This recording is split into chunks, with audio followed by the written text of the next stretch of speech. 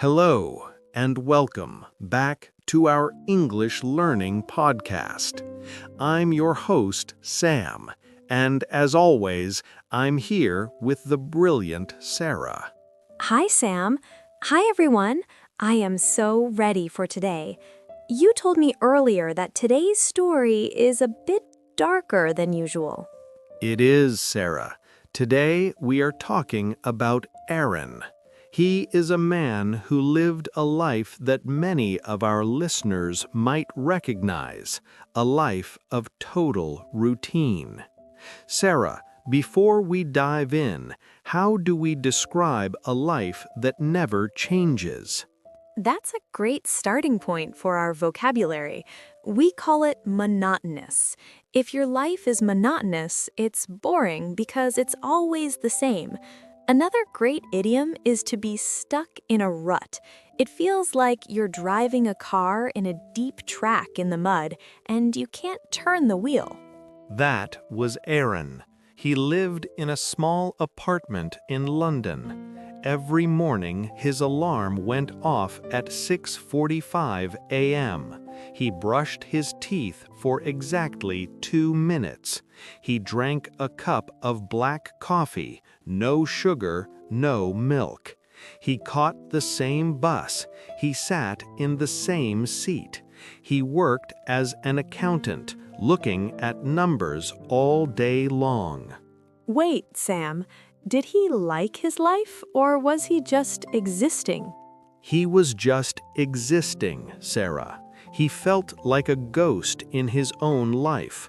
But one rainy Monday, the universe decided to wake him up. It was pouring rain. In London, we have many words for rain, don't we? Oh, definitely. We have drizzle for light rain and downpour for very heavy rain. Which one was it? It was a downpour. Arian arrived at Paddington Station, soaking wet. He was shivering. He found a bench to sit on while waiting for his delayed train. And that is when he saw it.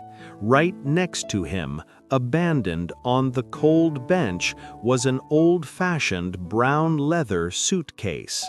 An abandoned bag? Now, for our students listening, abandoned means left behind on purpose. Sam, if I saw an abandoned bag in a station, I would be terrified. Did he call security? Most people would, but there was something peculiar about this bag. It wasn't a modern suitcase. It looked like it belonged to a traveler from the 1920s. It had gold buckles and smelled like expensive old leather and jasmine. Jasmine? That's a very specific scent for a suitcase. So his curiosity got the better of him. Exactly. Curiosity got the better of him. That's a fantastic idiom, Sarah. It means his desire to know was stronger than his fear or his common sense. He looked left. He looked right. No one was watching. He slowly reached out and unbuckled the straps. I'm nervous just listening to this. What did he find? Please tell me it wasn't something dangerous. It wasn't dangerous yet. Inside, there were no clothes, no toothbrush. Only 3 things were placed neatly at the bottom. First, a silver key. It was heavy, long, and very detailed. It looked like it opened a very important door. Okay, a key. What else? Second, a train ticket. But it wasn't a ticket for his usual commute. It was a first-class one-way ticket to a place called Eldoria. Sarah, have you ever heard of Eldoria?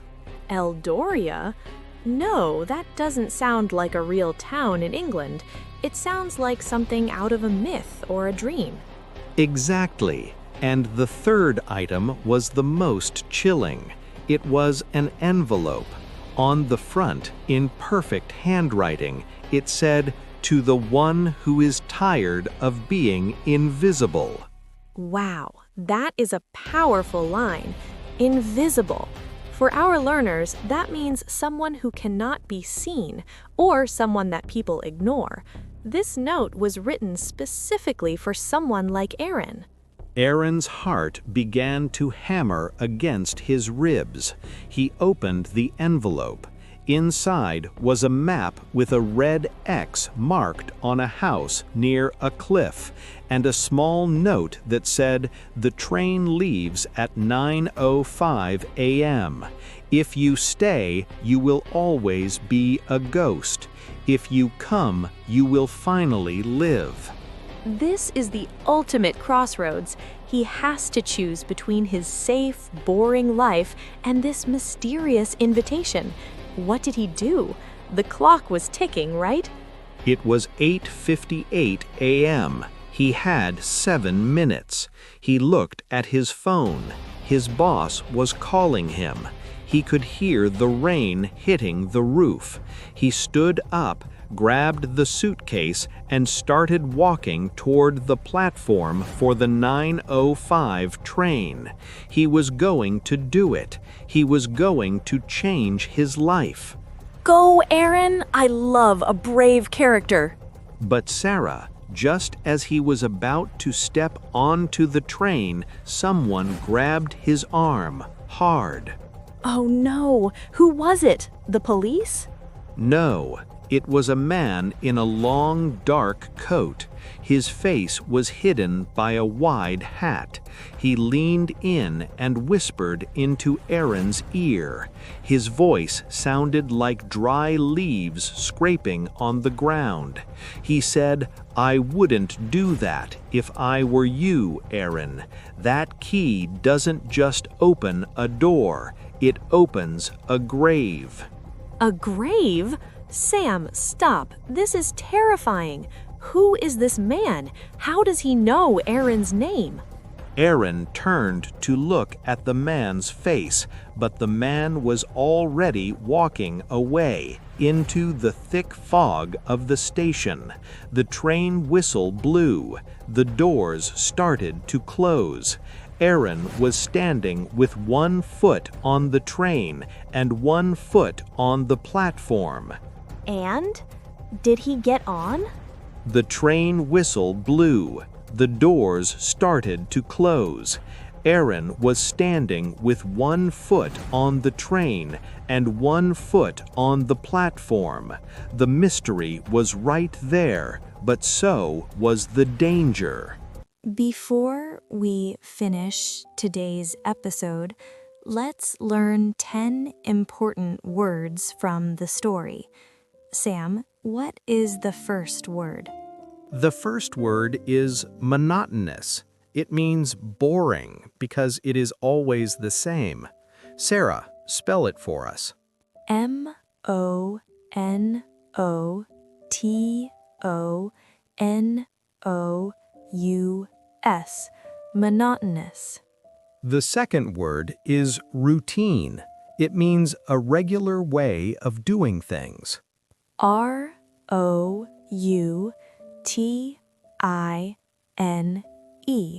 Routine. Word number 3 is downpour. This means a very heavy rain. D-O-W-N-P-O-U-R. Downpour. Number 4 is abandoned. It means left alone or discarded. A-B-A-N-D-O-N-E-D.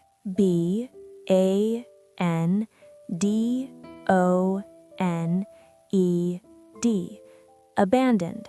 Number 5 is peculiar. It means strange or unusual. P-E-C-U-L-I-A-R.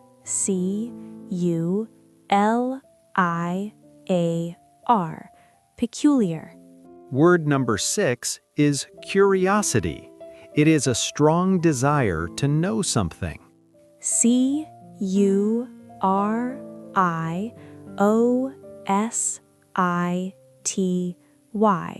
Curiosity. Number 7 is invisible. It means impossible to see.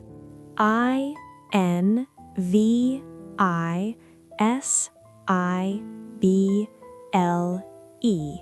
Invisible. Number 8 is crossroads. This is a time when you must make an important decision. CROSSROADS.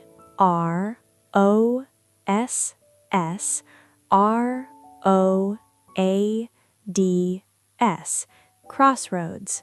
Word number 9 is whisper. It means to speak very softly. WHISPER.